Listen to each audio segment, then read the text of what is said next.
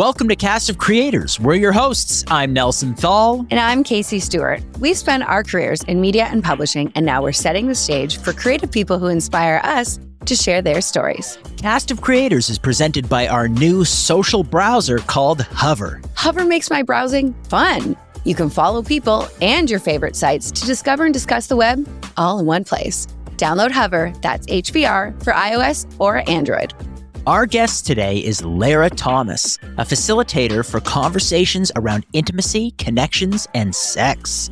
She helps people build stronger connections. This episode is co-hosted by Toronto Star columnist and freelance writer Jen Kirsch.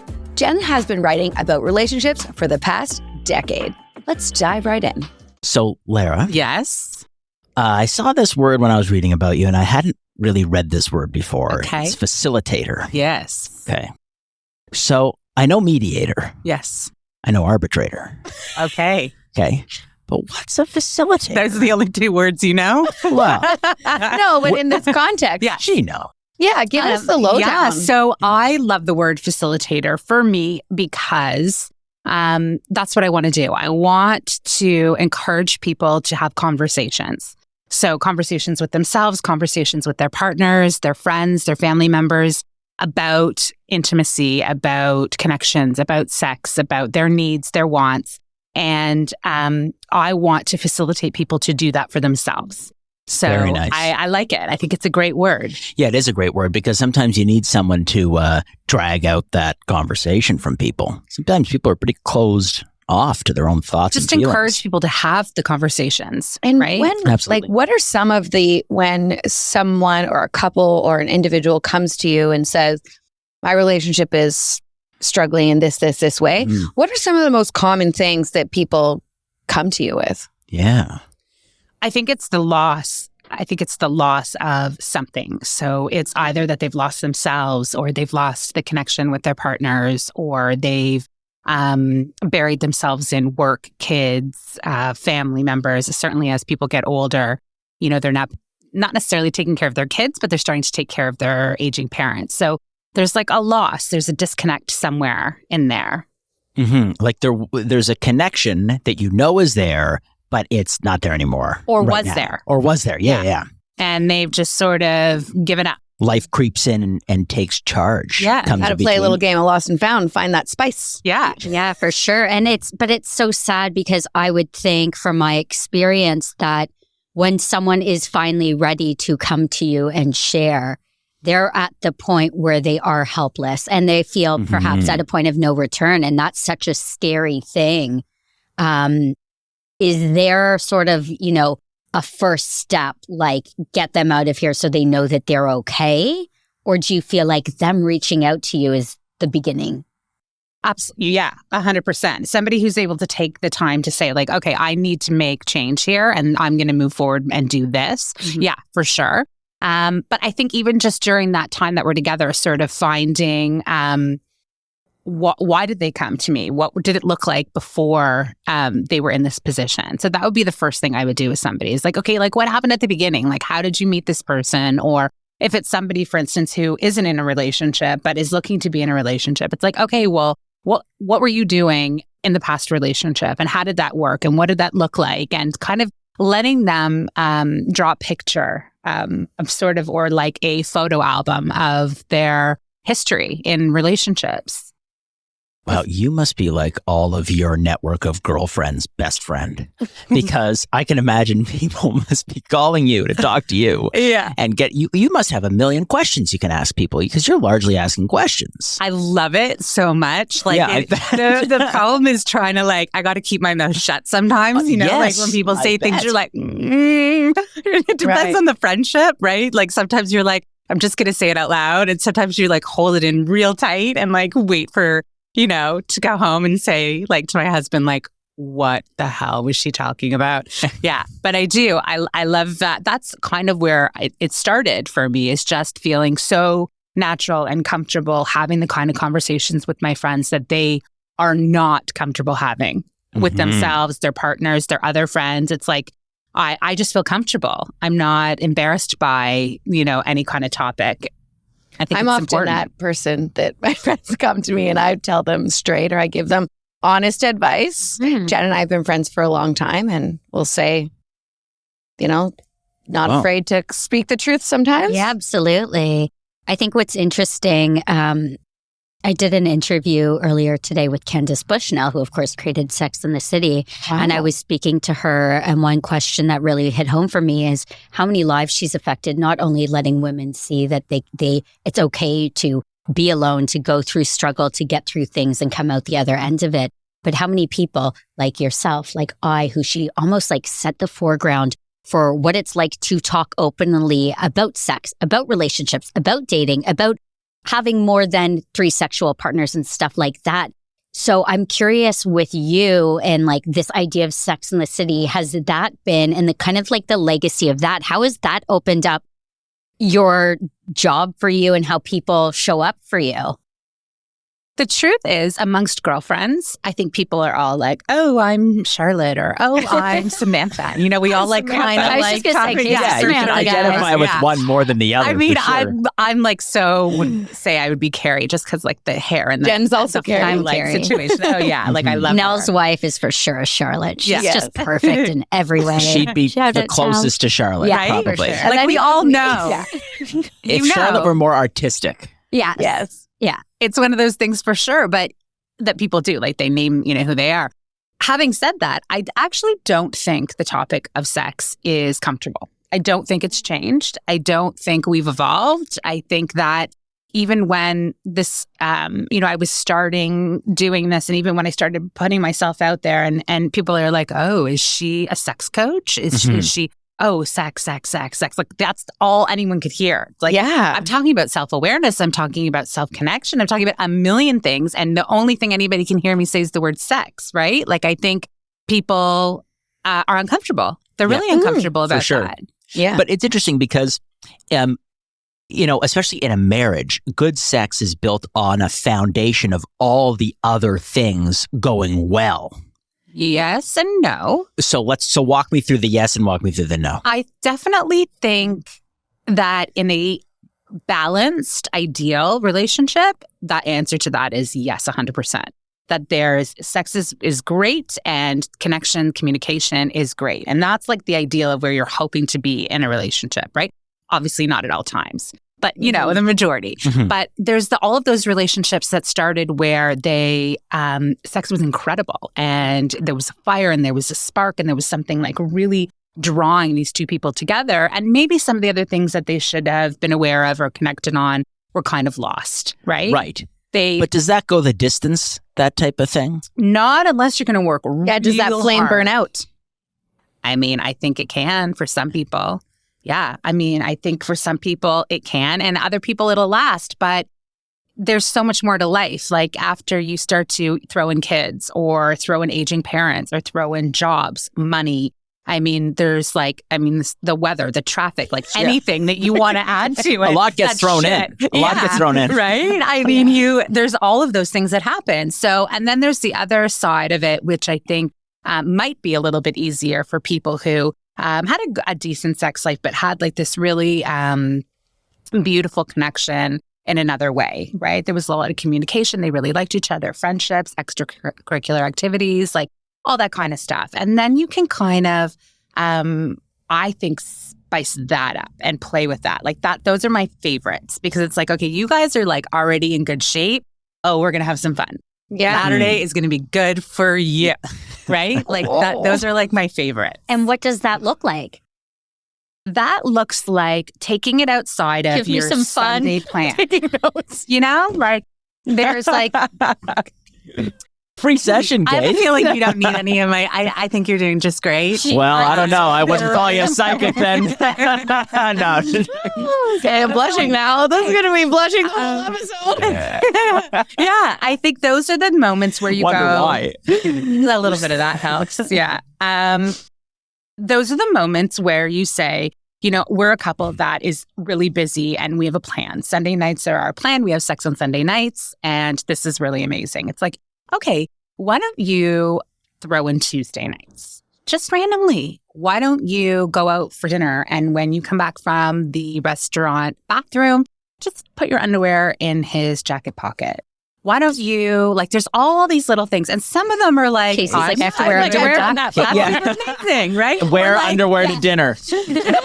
Right? You You've know, got or some great notes. you just put it in your bag because not everyone's going to go and like take it, in the bathroom and somebody's like, what's she doing? Right? No. But I mean, that is like that's a good one. Yeah, it's just nothing. Like it's not, it's just a small little thing. And, or even like taking off your shoe or like putting your foot between their legs, like under the table, or like there's so many.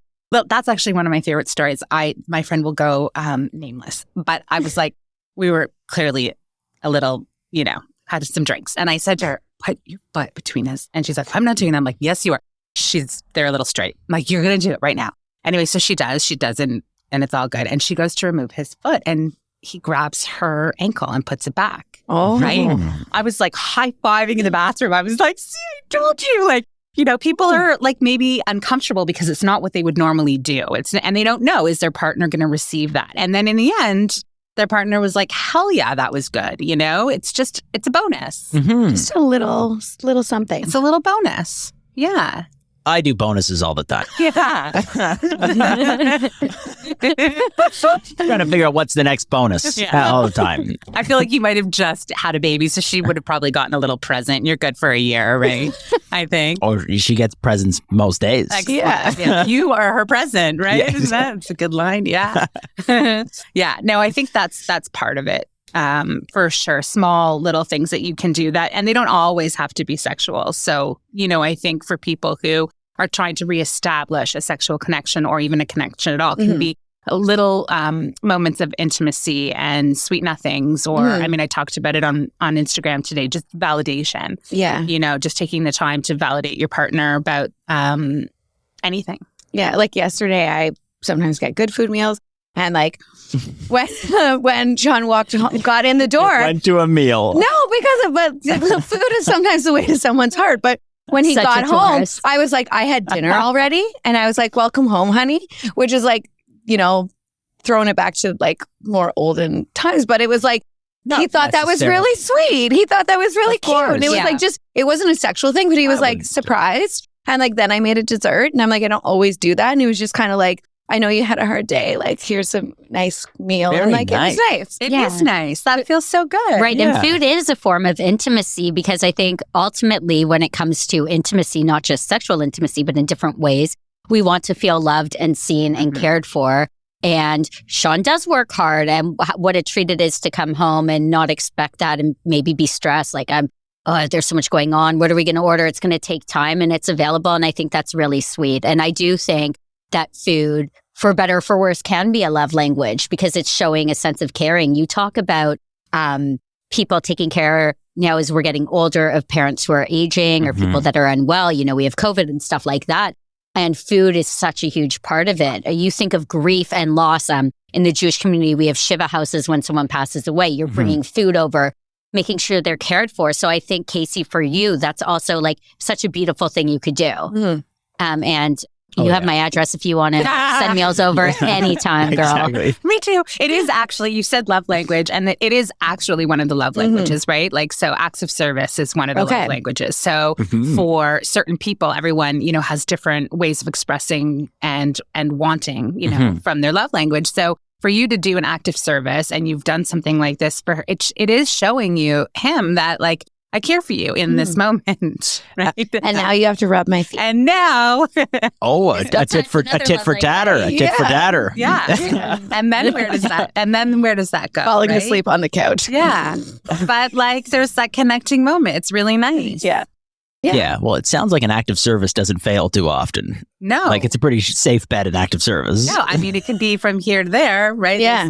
There's all kinds of different acts of lots service. of ways to take that. I would say, though, with acts of service, I appreciate what you're saying, but I also feel that the trouble comes in when it is tit for tat, or you're doing something. We tiptoed in a tit for tat pretty quick over there. Yeah, totally. I noticed that. Case. Damn. And then I'll get my feet rubbed. But the problem is when you're doing it for an ulterior motive, not saying in your case you are, but I'm just making light. But, when you do, that's when you start to have those tensions in the relationship. That's when you're not expressing your wants, and then you're separating from yourself, which leads people coming to you to need this facilitation. Yeah. I think when we do tit for tat in a relationship, I know in my history, when I do something, I do it genuinely. But then over time, if you're not receiving anything and then not using your voice to express what you want in return or what you just want in general, that's what I think separates people from themselves because they're not using their voice. And I feel like a big thing that I'm seeing all over TikTok these days. Yes, I'm on TikTok. I don't post. I just watch. I'm loving it.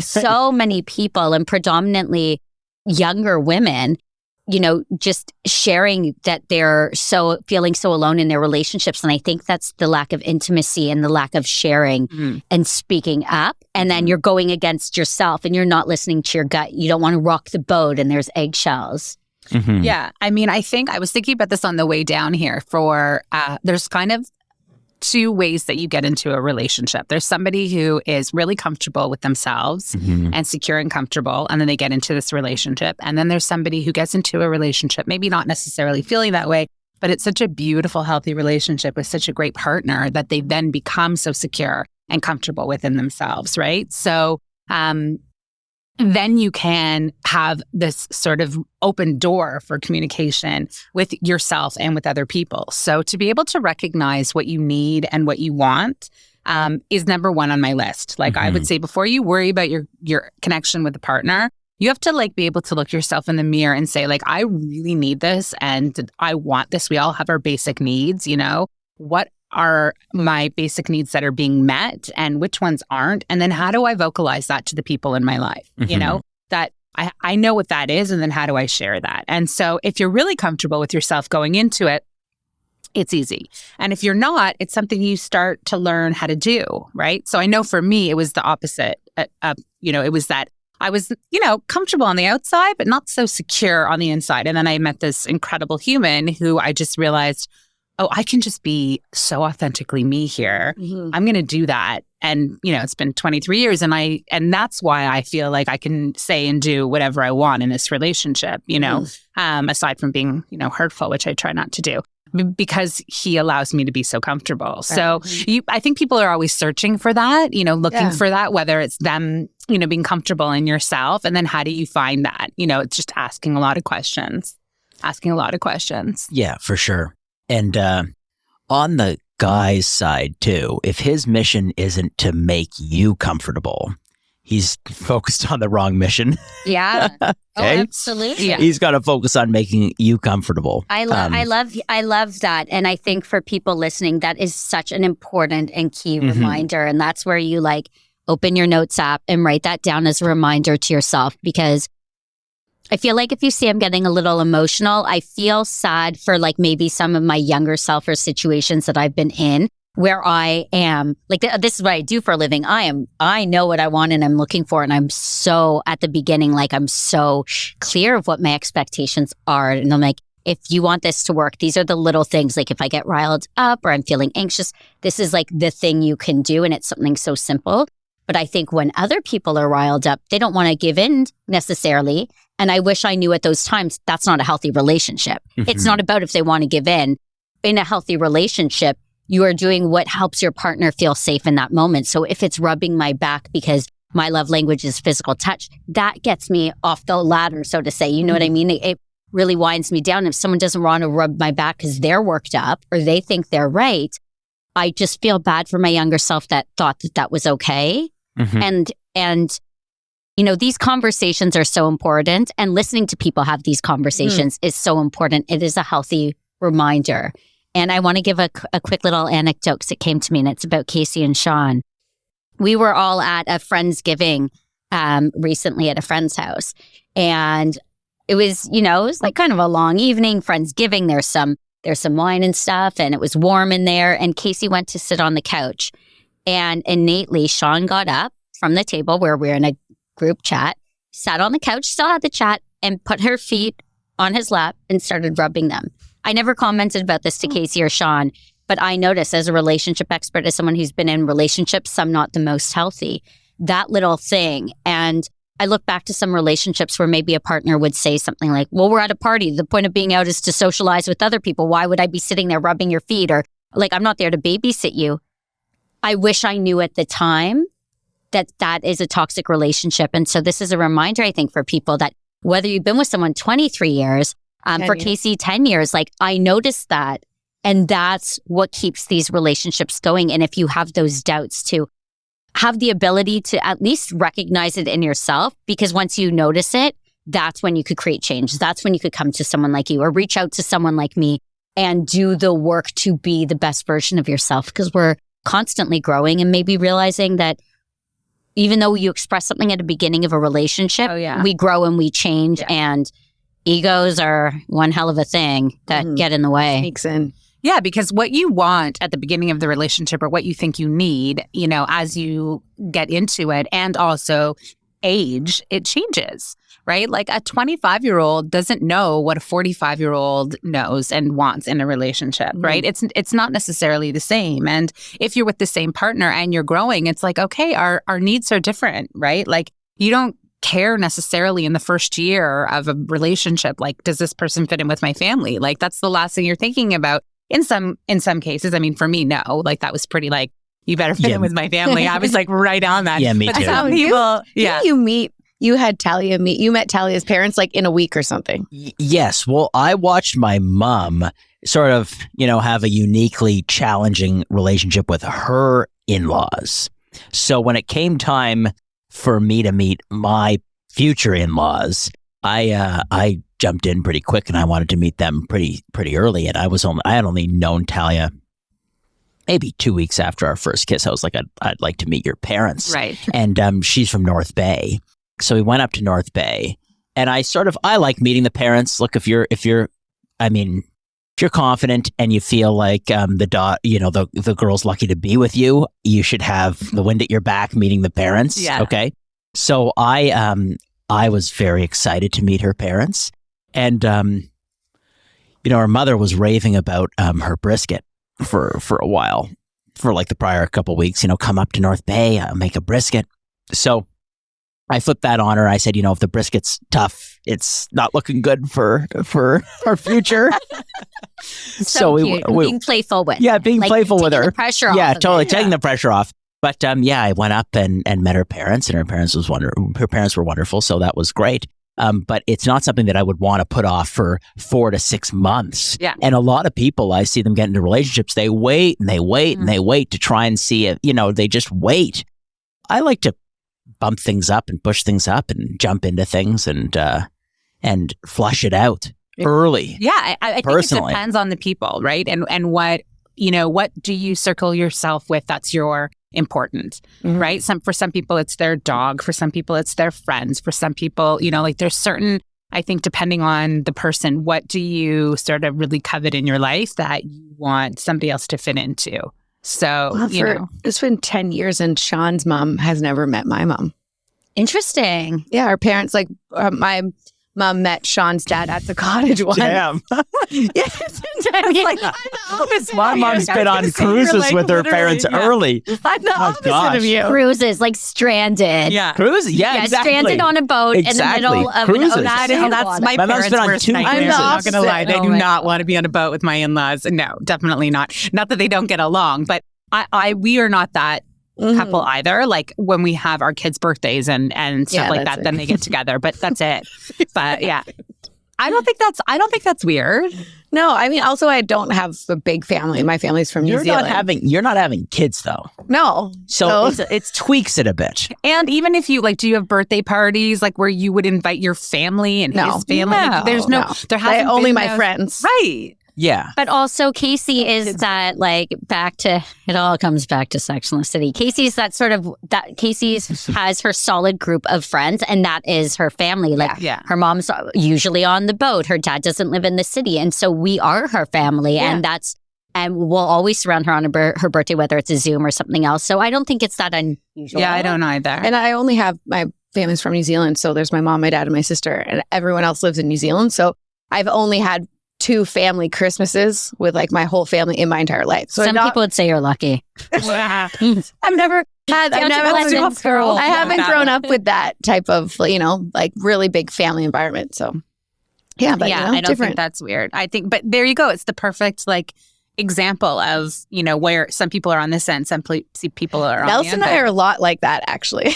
Yes, we're a lot like that in our relationship. In our relationship style. Yes. But I think, though, if your mission is to have a child and you're creating a family unit, a big reason why you're propelled to include, like I'm somebody who's inclusive. I find if you're overly inclusive, people don't really get involved. Okay? Seriously. I go out of my way to include. I like it. I go out of my way to include. I'm shocked at how little people get involved. Like even with our wedding, and Talia maybe is sometimes not the complete opposite, but maybe closer to the not exclusive, but not necessarily overtly consciously including. But when it came to our wedding, like just the seating chart, first thing I did was I went to my parents and my in-laws and I said, so excited to see who you'd like to invite, like recommend as many people as you'd like, any ideas you have, love your ideas, and in reality, absolutely, I would love everybody's ideas because at the end of the day, I mean, the way those ideas turn into reality is all through a funnel that goes to Talia and I. Mm-hmm. So what's the difference? Like include, not a lot of people got involved with very much of anything, And same with like this moving with the house, included everybody, want your ideas, want everything, like these are the rooms, this is what I want to do. No one's really gotten too involved. So I feel you might just be lucky. Yeah, I don't know. I'm like, possibly. Maybe, Jen. You guys are a very #blessed couple. Like you just work well together. You get each other. You get each other's families. But it goes back to you guys meeting at the family at the beginning. You had nothing to hide. There wasn't like that we know of. There's no like creepy, dark, crazy things or whatever. You are who you are, and you're so authentically you. And Tal is so authentically herself that makes it easy. And again, it's trusting those instincts. Yes, but it's the confidence in the fact that if it's not authentic, it's not going to be what you want anyway. Yeah. So it's like if you have confidence in the fact that if you have confidence in the fact that if it's inauthentic, it's not really going to get you what you want. Yeah. If you have confidence in that, then it's like pretty easy to be authentic. Because if you're not, you're just screwing yourself. Totally. So not a lot of people understand that, though. No, I know. There's a lot of people. I actually would say that the majority of the world is not authentic, and I think that's actually pretty sad. But I think that I don't think people know how to be. I don't think people are comfortable enough with themselves to do that, and especially now with all of the everybody watching. It's like who do you want? Who are you perceiving yourself to be? Who do you want to be? Who's looking at you? It's all like all these families and these happy people on Instagram. It's like they're liars. Like they are not happy. Yeah. They don't look like this. This is their house is not really that clean. No, like That's none funny. of this, So you're saying that obviously because the kind of behind the scenes stuff. I'm sort of surprised. I mean, I know Instagram is not reality. I know, but I'm sort of surprised to hear that because I feel like we're in such a day where we're all trying to like put ourselves out there. So when you say people aren't as authentic as we think with themselves and people, can you like share more of what you're hearing and seeing? I think that people are reaching for that. They're looking for that, right? I think that they are meditating, drinking celery juice, doing doggy yoga. I think people are subscribing to what's out there, but I don't know if people can just strip all of that shit down and just take a look in the mirror and be like, this works for me, this doesn't. Mm-hmm. I'm feeling really happy here and I'm not feeling really happy here. Like, I just don't know that, especially people who are younger than, 25, because I don't think they were raised that way. I don't think people have any idea how to stop all the noise and just sort of like take a look at what's going on. I think it's really hard. I think people compare themselves to other people. I think people are surrounded by all of this, need and want that has nothing to do with them. And so how do they even start to figure that out? Right? Like it actually makes me sad. It makes me feel sad for a lot of people because I don't think they know. I think a lot of people get married because that's what they're supposed to do. It looked good. It sounded good. Yeah. He's a nice person. She's a great girl. love the in-laws, great house. I have a good job. Do it for the brisket. Yeah, do it for the brisket, which, by the way, is tender. a tall order, I would just like to say. Well, that's the good thing. I mean, you brag, you better be good at it. It's a good order to get right, though. Yeah, it's true. Get it right. It's a good sign. Yeah, it was like when we went on a tour of our place that we purchased. The day, it's actually. So we go on this tour of the place after seeing a bunch of different places that were not checking off anywhere near the boxes that we needed.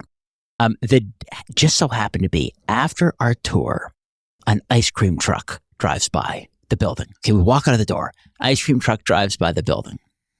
And it goes down the street, and Talia and I and the real estate agent and my brother was there and a friend of ours were there. Like, we all saw the place at the same time. And we go, oh, he's turning around. Comes back. He's pulling into the building. Pulls into the building. The management's coming out. Walking towards the truck. She goes to us. She goes, oh, it's free management ice cream day. Would you like ice cream? I said, are you serious? She said, yeah, come on. And we all go up the truck. We get free ice cream right after the showing. And I turned to Talia. I said, Talia, this is if I don't know, I don't work off of signs. Yeah, but if this isn't a sign, I don't know what is. Okay. So that was really funny. And then we ended up with the place. But that was funny. Everybody loves the ice cream. I just fantasized about Nelson doing a tap on the mic and be like, and by the way, let's pause this podcast. The ice cream truck's downstairs. No. Okay. Carrying on. What's your go-to order at an ice cream truck? Oh, my go-to order is a vanilla ice cream, cone, dipped in sprinkles. I like drinking Prosecco or bubbly. I think you can have a sprinkle cone and sprinkles all year round. Mm-hmm. It's so uplifting and crunchy and colorful, and it just I would picture you as a sprinkle cone kind of girl. I am a sprinkle. I love that. I'm straight up chocolate dip. I mean, you can't. Chocolate dip, yeah. Like vanilla with a chocolate dip? Yeah. Yes, me too. Yeah. But I also don't really eat dairy. So if I'm going to have ice cream from the ice cream truck, I am wilding. Well, I just eat the chocolate around it, to be honest. Banana split. You're like, I want all of it. We usually just eat the chocolate, little bit of the top, and out. Yeah. That's good enough. Do you find that, I thought of this article I wrote years ago, what people eat or their orders or whatever represents who they are. Mm-hmm. So do you ever speak with people or clients and stuff and talk about so why do you order this? Or why do you get this? Or, oh, he ordered a Negroni on the date. Oh, he was Sagliato? Yeah. With Prosecco in it. Yeah. No, but we're so judgmental. I guess that's what I'm getting. Love that question. I'm getting at that. We're just so judgmental of people. And how does that play out in relationships and sex and dating? I love that question because I am a muffin question person. So first of all, muffin is our word. So it started because safe word? No, we were around the campfire. I want to get into that too. What kind of muffin are you? And that's how it all started. And then, hopefully not a muffin, right? And then I would ask everybody what kind of muffin they are. And then it just became muffin. But what do you mean by that? Tattoo. That's literally, I have a muffin tattoo. Oh, that's cute. Or I have a pizza. Oh, what's wow. that mean? Yeah. So then it was my husband's a this muffin, she's a that muffin. And then the baby, when we had a baby, he was muffin, muffles, or whatever. So actually this year, I hope he doesn't ever watch this. He's going to kill me. He had a girlfriend and the phone's ringing and I look at the phone, it says muffin on it. I was like, what the fuck? You called your girlfriend muffin? He's like, it was a mistake. It slipped out one time and she heard it. This is your I'm son. This is my son. I thought you meant your husband. No, my son. I thought you meant your husband. Oh my gosh. It was my son. And I was like, you dude, you need to wait for marriage. You cannot call anybody muffin until they are legit in this family, right? Wow. So muffin's serious in our family. Anyway, they broke up and now he's really, really ashamed of the muffin choice. That was a bad call. But yeah, muffin is a big one. Yeah, he learned his lesson. Yeah. We're so quick. I find we're so quick in society to judge people. And for the singles, I feel like in this world and realm of online dating and swipe, and there's always someone else available, people are so quick to judge. How do you find that people are getting in the way of themselves? Mm. Where is it good to trust your instincts and be judgmental? And when does it block people from seeking what they're looking for in their love life? I think you have to figure out right away, even if those sites are for you. You have to be a certain type of person. You have to have thick skin and you have to figure out what are you looking for, right? Because if you're looking for a relationship, if you're looking for quick sex, if you're looking for like just a fun date, then there's all of that out there. But to go online to an app where you're swiping is right away, I feel like you are losing the opportunity of that one-on-one connection where you actually meet somebody. So the first date's so awkward and uncomfortable, but you get to know a lot about yourself and other people that way. I love that. Right? Great perspective. Like right away. You're learning about yourself. So take the other person almost out of it. Like, how can you learn about anything by looking at a picture? Like, listen, if you want to have sex or meet someone up for a drink and you're, okay, he's cute, he looks good, right? But then you might see him and he like slurps his drink or he has this weird like thing with his shoulder. Like, you never know. And then you're out, right? You don't want to see me and Casey out. Yeah, she's like pouring it, like missing her mouth. It's okay, we don't judge you for that. That's fun. Shut up. Do you drink your drinks through a straw? This is the question. I do. I mean, depends what kind of cocktail it is, but normally, no, don't really drink. But doesn't that change with lipstick? Isn't there a lipstick factor with that one? I've totally forgot about lipstick since the pandemic. Oh. I'm pretty sure there's a lipstick factor with a straw. Yeah. I can't do a straw. No, I don't do That's a straw. People who put a straw in their Diet Coke can. Oh, I can't. No. I mean, I don't drink Coke out of a can. I only drink McDonald's Diet Coke. That's my favorite. That's the best. It's the best Diet Coke. It is. You want to know why? Because McDonald's, this is a total sidebar, but a fun fact is the reason McDonald's has the best Diet Coke is because the syrup that goes in the Diet Coke is also chilled, and the soda is chilled, and the lines are owned by Coca-Cola, so they get clean from Coca-Cola. It's not the McDonald's that takes care of it. So that's why McDonald's has the superior Diet Coke of all time. Second of all, why do you know that? Third of all, these are the types of anecdotes listeners should be sharing on dates because I love a good forget-me-not. Yes. Yeah. It's good. I think it came from, I watch a lot of Jeopardy and I'm like a trivia type person, but I don't know how I know that. Maybe it was on a Y&R segment. I love that. I love fun facts, you know? I think that's amazing. Something we were saying we were going to come back to. Safe words. Safe word or other because things. You said muffin and Casey's like, is that a safe word? Yeah. I mean. So now we're spicing it up a little. Yeah. Okay. Safe words. But I mean, also like, is there any kind of, like the three of us are all in very different relationships. Nelson, married, just has a new baby. I've been in a 10-year relationship, not married. No kids. Well, Sean has a child, but it's not my child. And Jen is single. Yeah. So very, very fresh. Yeah, freshly single. Very fresh, Jen. Fresh off the... Like I would say a couple of weeks. Yeah. Wow. Couple weeks. Couple weeks. Oh, yeah. Oh, yeah. Gosh, I didn't know that. Yeah. Feels interesting coming out of the lips. It's like the first time saying it out loud. Of course, Casey knows, and it's not, I'm not hiding it. I just haven't announced it and kind of, doing what you do as you sort of process what a relationship was, what you thought it was, what you want for yourself moving forward. I sort of picture like the eagle rising from the ashes. That's you. I set like a new background on my phone and I'm feeling for the first time in a long time, such a sense of release, relief, and peace. Yeah. And also the excitement of like, what's next? And it's not who's next. It's not like almost also for the first time, my whole life has been writing about dating and relationships and everyone knowing that I do that and whatever. And I just like, what's next? What's next with work stuff? What's next with my day? What's just these new beginnings? And there's something really exciting about that. Yeah, this week, a hot new bombshell. Yeah. See you. Yeah, it is exciting. And I think also it's like they're little building blocks. Like I don't think you lose what is taken or given to you in these relationships. So you like, if there's breakups or I do feel like a tiny little piece of your heart sort of gets taken away and doesn't necessarily grow back, but also what you learn about yourself kind of builds on to who you are as a human, right? Like I do feel that way. And some people will just disagree with me and that's okay. But I think that you cannot underestimate the pain that comes from breakups that you weren't necessarily happy about, even if you know that it might be the right thing, right? That that's very hard and hurts in a way that doesn't necessarily fully heal, right? Mm-hmm.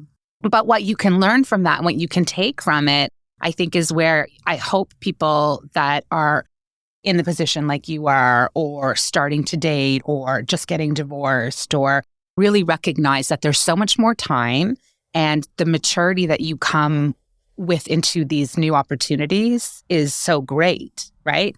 And so because of that, you have a chance to really succeed in a different way. So cool. I know I'm doing sort of the math. It's almost been a month, and I said to Casey the other day, I'm like, is it weird? I haven't cried. I'm not angry. Like, it's almost like literally a weight off your shoulders. And I think that could be a good sign. And I'm not taking away. There has been sadness over like the past year of maybe thinking things aren't working out and how much do you want to try? And I'm at an age where if I want children, I could still have children. So I don't want to quote unquote waste my time. Yeah. But what's so interesting, this is the first time in my life as someone, and I'm in my like mid to late 30s. This is the first time in my life that I'm going through a breakup where I feel this is what was meant to happen. And I think that's why my friends are like, I feel like this is why it's easy for Casey to bring up. If I was a hot mess, it'd be like, here's the Kleenex. And like, oh, there's the Kleenex right there. You know, but I can talk about it because there's also, for the people that are listening, I think also holidays are coming up. People stay in relationships that aren't necessarily serving them. And you see the signs and you're so worried about the what if. But like, what if you could be at a family dinner not looking at your phone or crying or scared of someone embarrassing you? Or not sitting beside someone that you're like, I fucking hate this person. Yeah. I wish, but like your in-laws love them, but you stayed with them because it's like, we're doing Christmas. Mm-hmm. Nip it in the bud. You're not talking about yourself with that one. No. No, but it's so interesting. And there's no, and also that's why I think a lot, I don't know about you, but for me, I get asked like, how do you heal from a breakup? How do you move forward? What's the first step? And I don't think there's a prescription for moving on because it's so different for everyone. Like to me, my eagle soaring is someone's like, I don't know if I could get through the past hour of my day. I'm on the floor, pick me up, like what's going on? So I don't want to make it sound like it's easier than it's not. And I think that's the beautiful thing about us all being so very different and so very complicated. Mm-hmm. Yes. Mm-hmm. Yeah. Different, complicated. I think one of the things that you, we had a quick chat before we had this episode. One of the things that really stuck out to me was that you talked about like, we talked about sex, intimacy, different unique kinds of relationships. But I really liked how you said that, you know, the relationship with yourself is a really important one. Mm-hmm. And that, you know, I think one of the things that's unique about me, like I've always been Casey Stewart, you know, and like being myself, I've always been a unique person. But being with Sean, he really allowed me to like blossom and be more of myself because he really supported me. He helped me when it came to content and getting partnerships and all kinds of things when we first started our relationship. But I think, you know, one of the things it's like sometimes people get in a relationship and you have two become one and you both end up losing half of a person. Mm-hmm. And I think that, you know, that relationship with yourself is really important. Yeah. And that's, yes. I just need to just say yes to what you're saying. 100% yes. Yeah. And it goes back to what we were saying at the very beginning when we were talking about the loss. Right? That how did things change and what happens and there's this loss? Well, that's exactly that example is that when two people come together, there's so many people who feel like, okay, and now we're supposed to be this thing. And it's like, yes, that's one of the things you're supposed to be, but you're also supposed to be like independent people who also happen to be partners, who also happen to be, let's say, friends or parents or children or all of these things. Like we have all of these roles. And so if you start taking away your own human independence and you as a person so you can give everything to this relationship, you're going to be so screwed when it comes time. Resentful.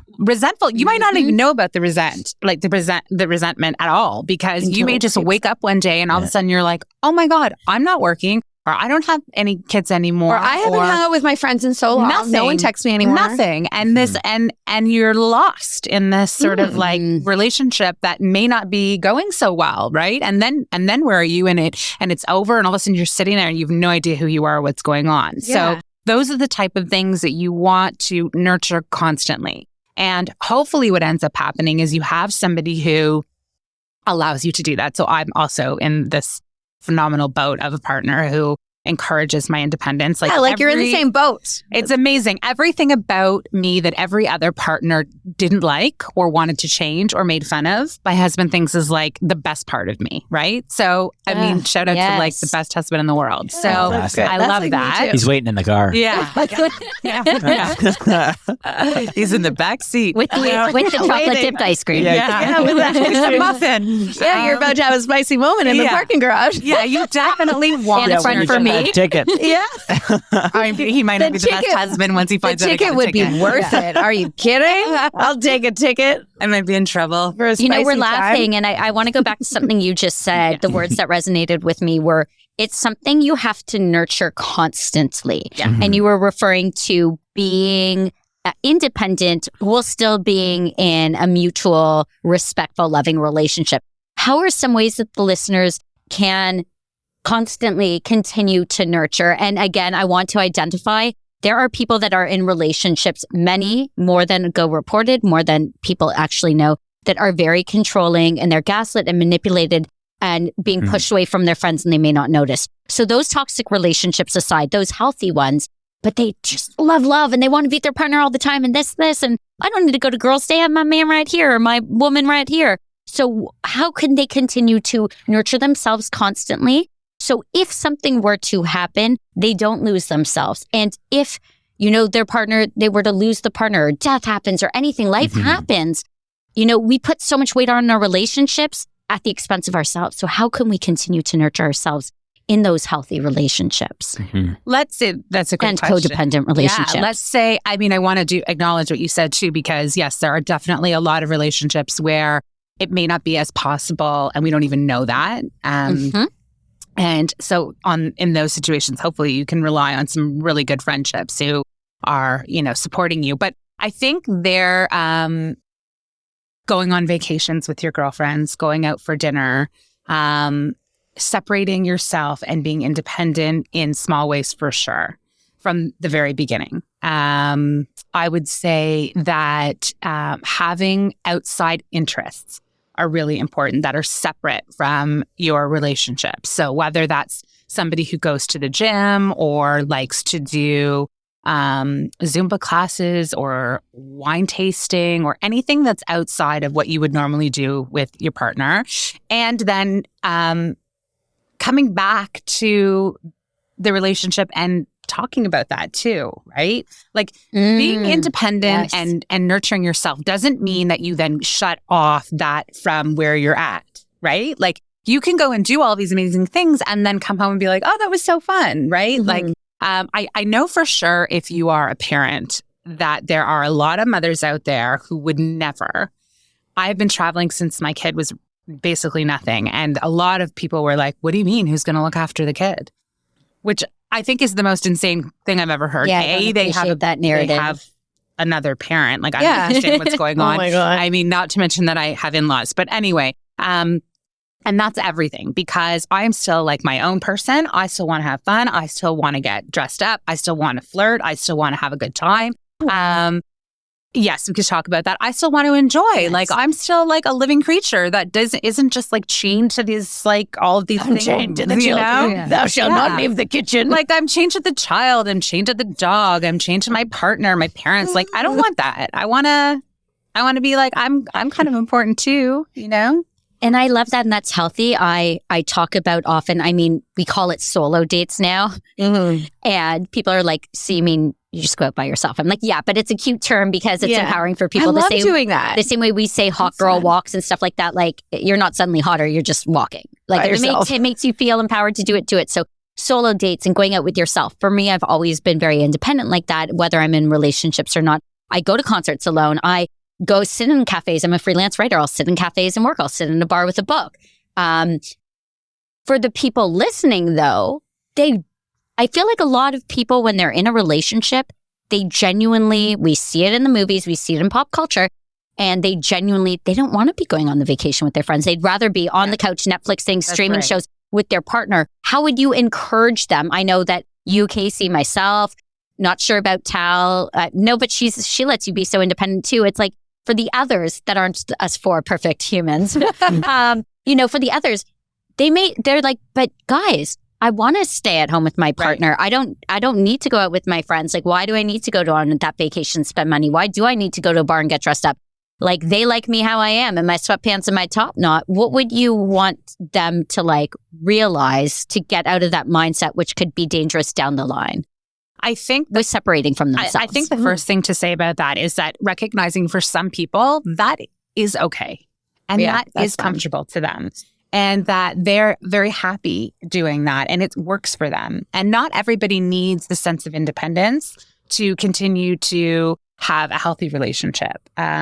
So I think that there are people out there. I want to say that. For other people, I think there's little reminders, putting notes on your message board in your office, like don't forget to take care of yourself, or planning like you would a hair appointment where I would say to somebody, you know what, for the next month, I want you to plan every single week one activity, whether it's you bring a book to the coffee or you do this.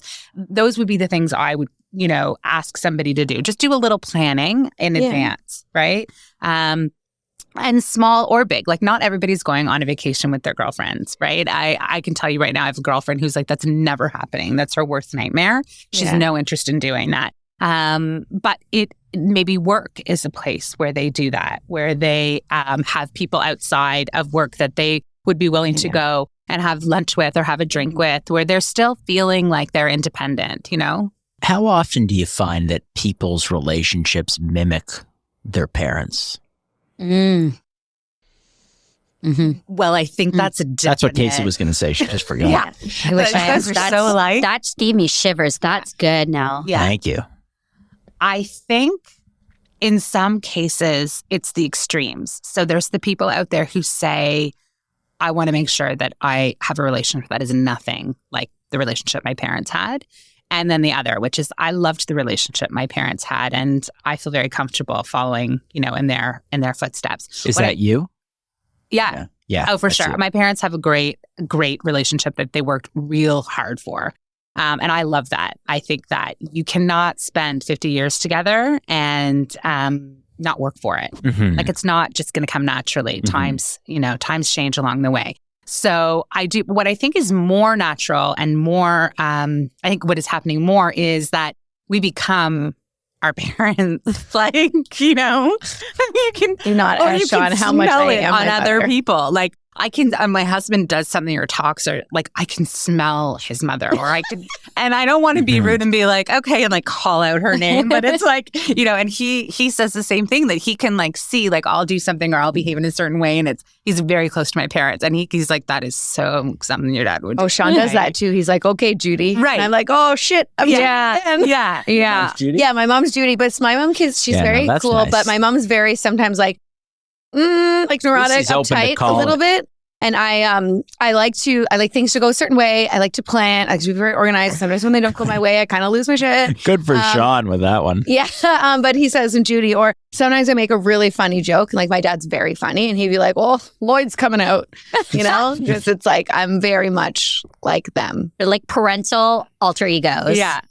Multiple personalities. I think it's our chance to make change for what may not have worked, because I think we do pay attention to that as, we're growing up and recognize. I know for my husband, it wasn't something that he gave much thought to. When I asked a lot of those questions about how he was raised and how did he feel about that and what were his emotions behind it, he didn't have any. He was like, I don't know. They're great parents. They're perfectly fine, They're still together, your husband's parents? Oh, yeah. I mean, but if you're working with a couple and one of them, their parents got divorced before they even can remember, and they've never seen a healthy relationship, how does that change the person? And is that a more difficult person to get on the right path and see that relationship flourish?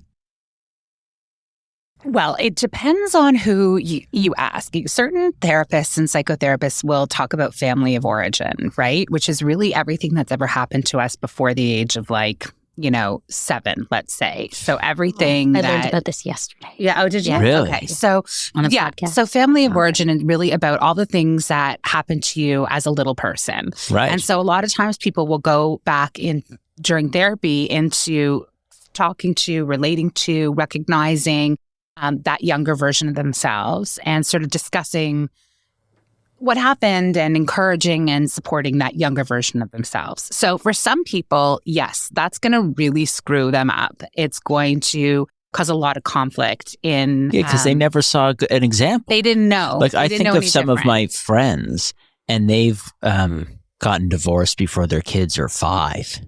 It's like, I mean, you've never really, your child's never seen a relationship. Mm-hmm. And I can't imagine, if your parents get divorced before you're 5, it's a lot different than if your parents get divorced when you're like 13 or 14, because at least you've seen, unless it's an unhealthy relationship that you're watching. That's the thing. If you're Because really if you're young watching kid, an unhealthy relationship, that's Right. probably a negative too. That's right. But a glimmer of seeing a healthy relationship, I think, is a heck of a good thing. Like, I think that, and I know that, it depends who you are, it depends who you are. I'm going to go general with this. If you're a child and you see a healthy relationship, that's better than if you're a child that's seeing an unhealthy relationship or no relationship, I would say. It depends on how young the kid is too, because if they're really young Teens minus. and they haven't seen their parents ever together, then they don't really know any different. Yeah, they don't know. Yeah, but but the thing is, you never learn from what a healthy relationship is. But that's okay because you have Whose healthy relationship do you relationships see? in other ways. Well, I mean, in Not my really. case, yeah, in my of case. course. Who do you see? Well, you What see- relationship do you or see maybe you see intimately? the relationship your partner has with their new partner. Because in my case, Yes. Sean has a daughter and they split up when she was 1. But Sean and I have been together for 10 years since his daughter was 3. So I've been in her life as long as she can remember. Yeah. We have a good relationship. Yeah. So it's not the parents' parents, Yeah. but a parental. I mean, I have been sort of parental figure-ish, but that's a pretty good relationship.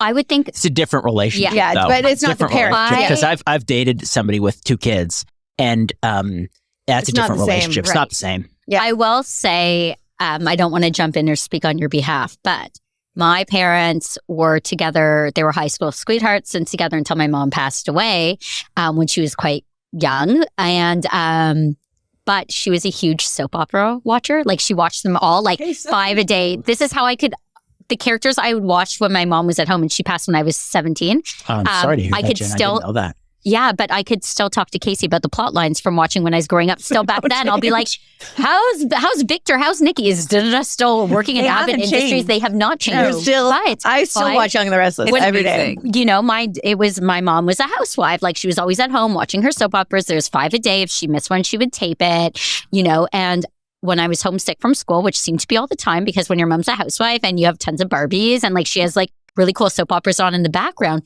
you want to be at home with your mom all the Yeah, time. So I'm glad I did that. But I learned about dating and relationships and had all these, I mean, I don't want to say, that explains a lot, soap operas, but watching that, having teenage I learned from the soap. siblings, watching when I was a lot younger, my siblings are older than me, watching 90210 and Melrose Place and seeing things. I think kids are also taking in these days, seeing relationships play out on TikToks, in music and things like that. So I think, yes, your Pop parents culture. have an influence, but there's so many other things I these totally days. agree. Now. Yeah, I do too. I think so. Adele comes out with, I mean, we had the Grammy Grammy announcements the other day. Adele's whole album about divorce and leaving and feeling empowered and it not being right, being like nominated as top album and top song and all this. That's so empowering for so many people who maybe are seeing their parents struggling in relationships and maybe staying with it not working. Yeah. Totally. Also, Taylor Swift Midnights. Hello. Yeah. Oh, Yeah, but, album. but are people pulling the ripcord earlier these days than they would have in the past? Oh yeah. Look at it. It's like, I don't even understand it. This is what I was saying about the parents. Like, should my in-laws be together? Probably not. I mean, no. Should my parents be together?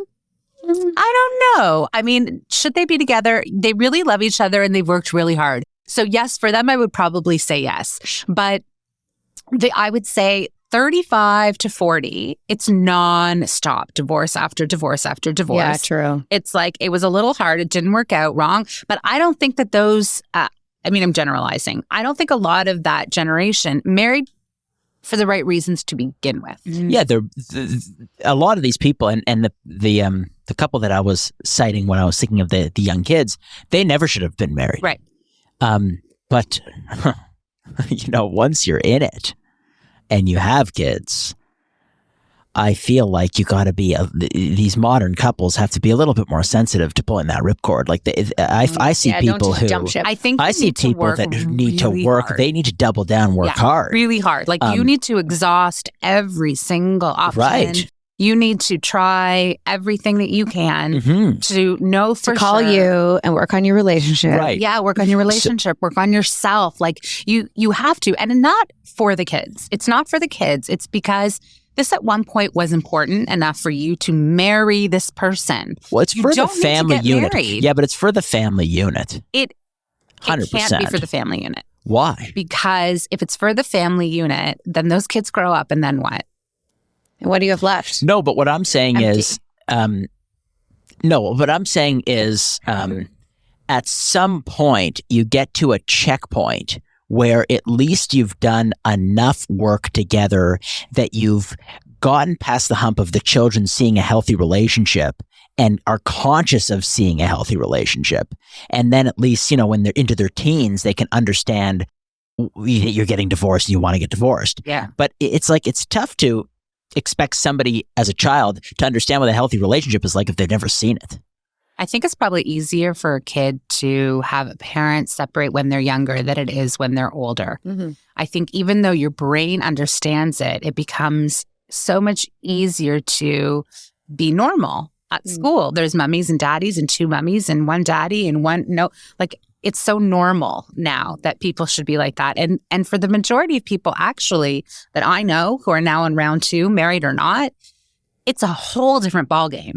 Like, they're so happy and their kids are watching them live in these beautiful relationships. And like you were saying, Sean's daughter gets to see him happy. Yeah. In a good relationship that's working, right? So is it her mom? Not necessarily the right person for him. That's okay. Yeah, it's fine. Right? Like, I don't know.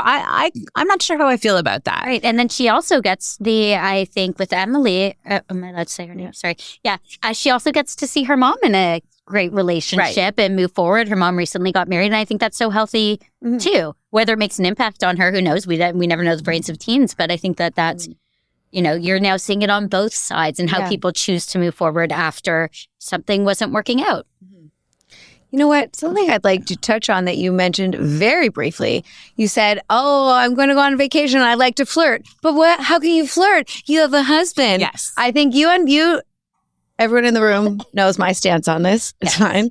But a lot of people are like, and every listener, you can't flirt if you have a husband or wife. Like, I think, you can. It's fine. As long as you're not crossing the line or unless you talk about it Nell are before. so traditional. Yeah. Well, but you know what? Whether you like it or not, someone's going to be flirting with you. Yeah. So, you're not dead just because you're married. So I think, or in a relationship, or just because you're in a relationship. And I also feel like this is like one of my favorite conversations, actually. I don't believe it's normal to be monogamous. I don't believe that it's natural for human beings to be with one person for their entire lives, sexual or not. That's my personal opinion. I feel strongly about it. I think it's a choice we make. It's a choice we make to be with one person. It's a choice we make to be faithful. And so to spend hopefully your whole life with one person and be like, yay, my 20-year-old self, my 30-year-old self, my 7-year-old self, we're into this. Like, that's not going to happen. So when you get to go out and just flirt and look nice and somebody is paying attention to you, that feels really good. I don't think there's anything wrong with that.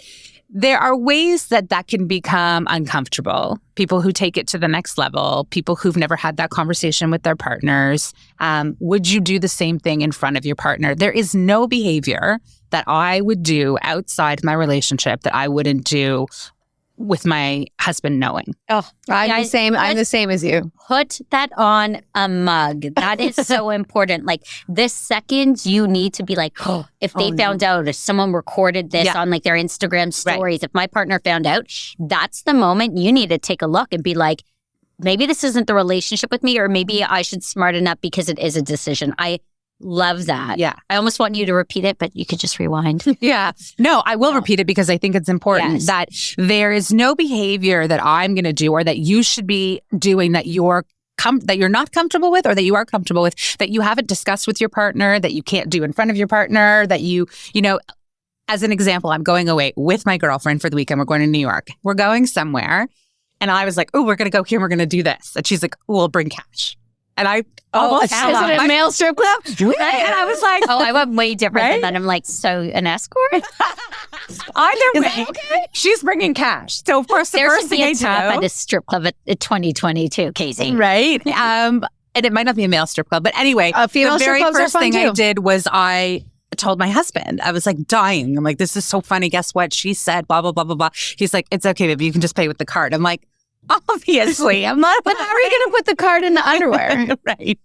Well, Maybe they have a tab. maybe that's not where I'm going. Yeah. Maybe that's not where I'm going. Anyway, wherever the it is, it sounds point like is that it's that idea. It's that, or I can, you know, like we would, even with my kids in the car, we were driving down the road and there was this very, very attractive guy who was running with like a beard in a situation. Like the whole thing was happening. He's running down the hill and I was like, oh my God, daddy number 2. Okay. Anyway, my older daughter was dying. She thought that was so funny. My youngest, my poor little daughter was like, you know, daddy's really good to you and I feel like you should honor him. And such a youngest right? child. And I was really cute. I had to explain to her that I was just kidding. But then when I got home, I was like, oh my God, I found daddy number 2. He was so hot. Like I told my husband all about it because it's not real. I'm not stopping the car. I'm not marrying daddy number 2. Push over the car seat. He's getting in the back. Another great mug. Daddy number 2. Yeah, I'm not, you know, I mean, listen, I would strike up a conversation. Nelson's like, Nelson's never at this again. whole thing. He's like, this is why we never have relationship columnists, experts, facilitators on. Because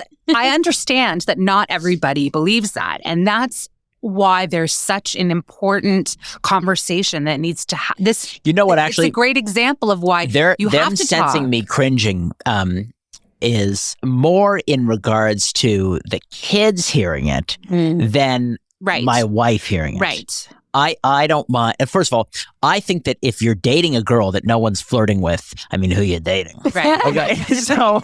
So I don't mind flirting and that's fine with me. And I agree with the fly on the wall. Like I don't do anything that I would not be happy with my wife being either there sitting beside me or in the room.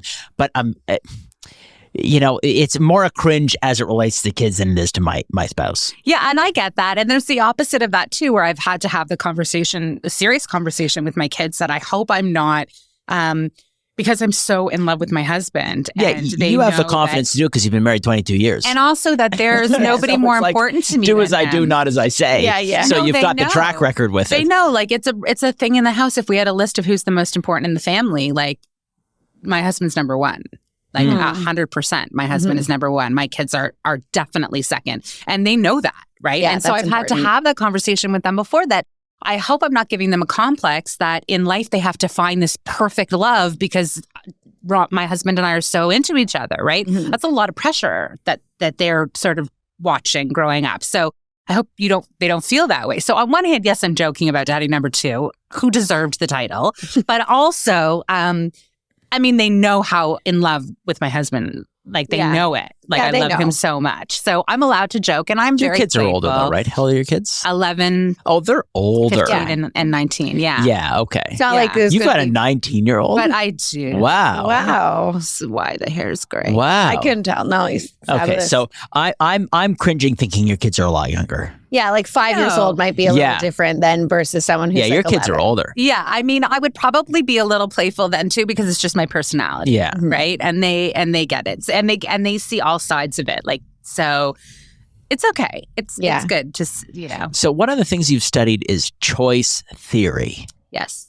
What is that? So choice theory, reality therapy. It's that's a combo. It's a combo. Oh wow. I thought it was just the sandwich. Choice theory, reality therapy? Yes. Wow. So choice theory is based on basic needs. Okay. I'll cut it to make it really simple. And then reality therapy is basically talking about how to get those needs. How are they met? So you think about it like a car. Like in order to drive the car, you need your 4 wheels and your steering wheel. Yes. And then reality therapy is just engaging in the conversation about how to make sure that those needs are met. Okay. So the first step to that is understanding what you need. Yeah. But, for some people, they'll know what they need. But a lot of people, there'll be a chasm between themselves and even understanding what they need. How do you fill that? How do you cross that chasm? Lists, questionnaires, books, studies. So will you ever work with individuals who are single? Yeah, for sure. Okay. So you'll work with somebody who's single, who's like, like Jen's right. Laira, I've crashed and burned. Yeah. Okay. I gotta, set myself up for success.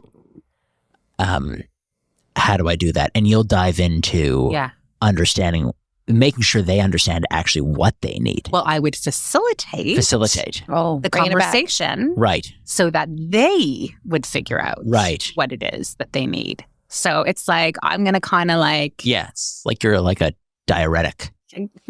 Yes, it's a lovely something like that. Yeah, it brings it back to our episode with Coach Carrie, where it's not necessarily about giving advice, but it's knowing how to ask the right questions that prompts them to look within themselves to say, why do I think that way? Or why do I feel that way? Or how can I get through this? Because you prompt them with the correct questions that makes them go introspective and think why they feel that way. Yeah.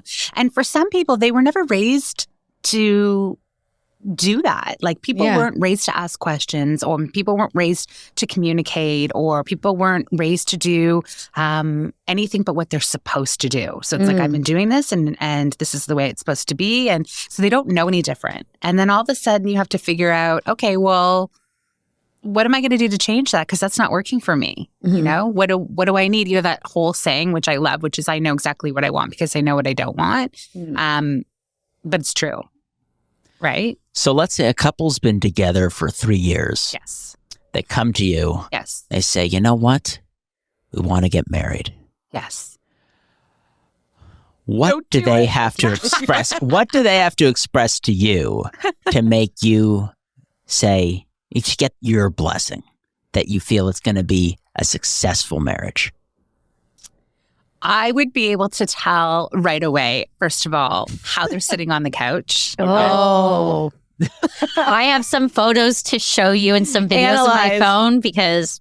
Yeah, body language is huge. Totally. And you can tell right away. Like, what's the biggest... I wish I could... Should I pull up my phone?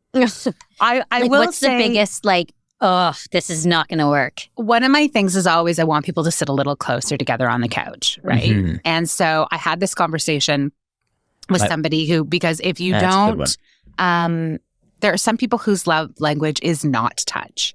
Mm-hmm. And in fact, they do not want you sitting close to them on the couch. They would prefer it if you weren't even on their couch. Get your own chair. Yeah, get your own chair. And so that is like, okay, so how do you... Sorry not to answer your question, but how do you figure that out, right? But right away, if somebody comes in, they want to get married, be like, okay, you can tell, like, what do they look like? How are they relating to each other? How are they talking? What do they want? How do they look at each other? Like this, there's this thing that happens that you can see in, I use this term, like, you can smell it. Like, you can see the way people look at each other and the way, like, if none of that's happening to begin with, like in any way, and it doesn't have to be gooey and lovey-dovey. Some people are very like pearl wearing and like straight and a little stuffy, but there's still like this thing that happens between people. And if that's not happening, it's like there's some questions you might want to ask yourself. Like, what is it that you want to get married for? Like, what's wrong with your relationship right now? Nothing. Right? Like, cause why? You don't, I didn't care about getting married. I was very clear. I was like, I don't need diamonds. I don't need a wedding. I just want you to tell me that it's you and me forever and I want babies. Other than that, I'm good to go. And then my mom was like, don't say that. You want diamonds. How could you say that? My mom was like, I didn't realize until I was in my 50s, you need diamonds, right? I didn't want to get married either. There's something about somebody looking at you and saying, it's you and me forever. And that was it. That was good enough for me. Yeah. For sure. Casey. Right? It's you and me forever.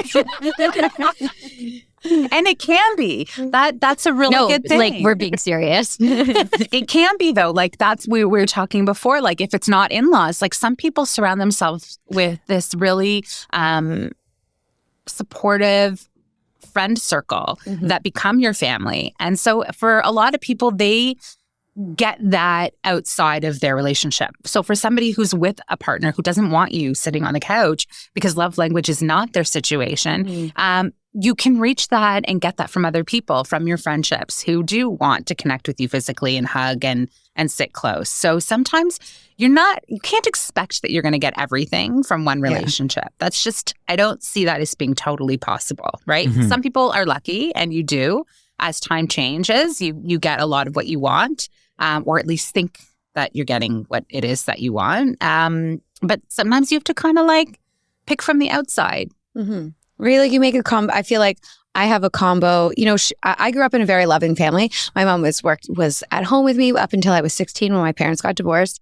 And my mom was always like very much like a hugging person. You know, she just gives the best hugs. But I mean, Sean didn't grow up in a family that was very affectionate like that. And I find I've had to work at being like, I need a hug, you know, because like I've had to like push more for that, or like, snuggle me, you know, and I feel like he's not used to that. But I mean, or the intimate emotional conversations, like my life feels fulfilled because I have picked the people that surround me, where maybe it's not a downfall of my relationship, but if there's something that I need that fulfills me, something that I personally need, it comes from somewhere in my circle, and that makes me feel fulfilled. I give my fair share of hugs around here. Yeah. I love that. I feel like that makes me feel good when I hear you say that. Like, I feel like that's such a, I feel so good. Like you cannot sit at home on the couch and not have anything outside of your relationship that's going to give you something. So if you're out there and you have little things that you're getting from other people that are filling you up, then you're not putting so much pressure when you get home on this relationship that's supposed to be something that it can't ever be. Yeah, absolutely. Yeah, that's like one of the things you said earlier that I remember when I forgot what I was going to say was, you know, the joy, like if you have a partner at home, but then getting dressed up and going out and doing something fun, but then coming home and telling your partner, like, you know, saying, oh my God, this was so fun. Like this song came on, or for me, it's like I rap to all my favorite hip hop songs from 1996. Like, you know, doing those fun things. While dancing. Yeah, while dancing. But going home, because like, you know, my partner doesn't really like to go out as much, but like I love to go out, as everyone knows. Everyone. But I mean, it's like, you know, it's like I come home and I will talk about those experiences and how fun it was for me. And it's like that it's kind of like something we can bond on, even though that's not for them. But it's like sometimes just the joy of getting, you know, dolled up and hitting the town is like such a good feeling. For sure. I think the like last thing here, I mean, we've had such a full conversation, and I love how like, I don't know if you guys feel the energy in the room. It's just so deep and open and loving. So thank you for that energy and your insight. You started this episode by saying people tend to come to you, and I would argue people tend to come to themselves when going through a loss of some sort, whether it's their loss of self, a relationship, a death, a pet, anything, just a loss of something. It could be a loss. Someone could go sober and stop. You know what I mean? Like there's all these losses. That's when people come to themselves. For the person starting anew again, in those first few days or moments with that sort of terror or awareness, how would you want them to be gentle with themselves? That's a really good question. I would go back to, I love my list. I love when people write things down. So it's not necessarily a journal or the meditation books that are very popular. It could be like any of those. Even when we were in school, remember you'd make that bubble and then like do all the things. A mind map? Yeah, mind map. I love that. Nice ding. Good work. I love stuff like that. That would be the first thing I would probably get somebody to do, is just kind of like, where are you right now? Because this thing that's right here that may be so full and so big to you at the moment is just right this little thing. So doing a mind map, it's like, hold on a second. There's like, you as this big person, and now there's all these things around you where you need to spend your time focusing. And this will heal itself because of all of these things that are happening. A mind map on what, though? What are you filling this So map you would with? fill in yourself and you would kind of say like, okay, talk about your Needs? friendships, talk about the things that are in your life, the things that you're doing, the things that you're achieving, the things that you like, the things that are working for you. Like, it would be like this. If you were to put together a picture album of like the best of the best going on in your life, what does that picture album look like? And your heart hurting, being broken, or the loss of your job, or whatever it is that you're happening, that picture's not in there. It doesn't belong in there. It doesn't have any room to be in there. What if that picture album is times with your ex? Yes. Okay. Burn it. Yeah. We're going to have a burning party. Oh. Yeah, we're going to have a burning party. You get one. You get You one. burn it. No, Nell, great question. Also, how like attuned of you for someone who is in a beautiful marriage and has a baby. Like, that's true. A lot of people, like, what they replay and they replay and they replay. And well, and they may be that person who is, you know, Jen was saying, is that person who just spent the last 3 years, 5 years, 10 years, 1 month, doing everything. They work with this person, they have dinner with this person, they socialize. Everything that they do in their life is, so that mind map, you're right, has that person in it. And it's like, all right, so now we need to start building a new mind map. It sounds like that person needs to call you. Yeah. Yeah. There's some homework. We got some homework to do. Yeah, absolutely. And we'll let you know how you can find Laira. Yeah. Because she sounds like she's going to solve a lot of your problems. A lot of the relationships. If you're looking at a blank page trying to scrape out a mind map, then you can give Laira a call. looks ready, folks. Yeah. Laira, it's been awesome. Thank you for coming on. And Jen, phenomenal co-host. Come back anytime. Yeah, absolutely. Love it. Wait, I have to leave? You guys. Good question. Yeah. Thank you so much. Thanks, guys. Thanks for tuning into this relationships episode with Jen and Laira. Connect with Laira at lairathomas.com. That's LAIRA Thomas.com. And follow Jen on Instagram at Jen_Kirsch. Watch Cast of Creators on YouTube, listen on your favorite podcast platform, or visit castofcreators.com. And don't forget to subscribe.